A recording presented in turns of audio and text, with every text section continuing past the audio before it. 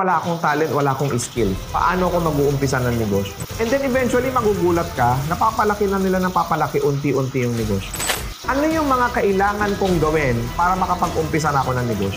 Iba kasi isip ng isip eh. Analysis paralysis. What usually happen pagka gano'n ng tao, lumipas na ang ilang taon, wala pa rin nauumpisahan. Tanggalin mo yung doubt mo. This time around, you will start your dream business.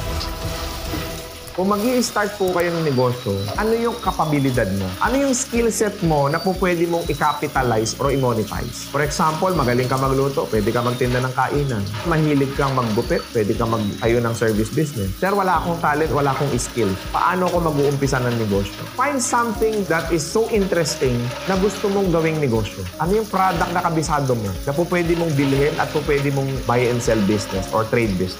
So at least humanap tayo ng malapit doon sa hilig natin o sa capability natin that eventually we can capitalize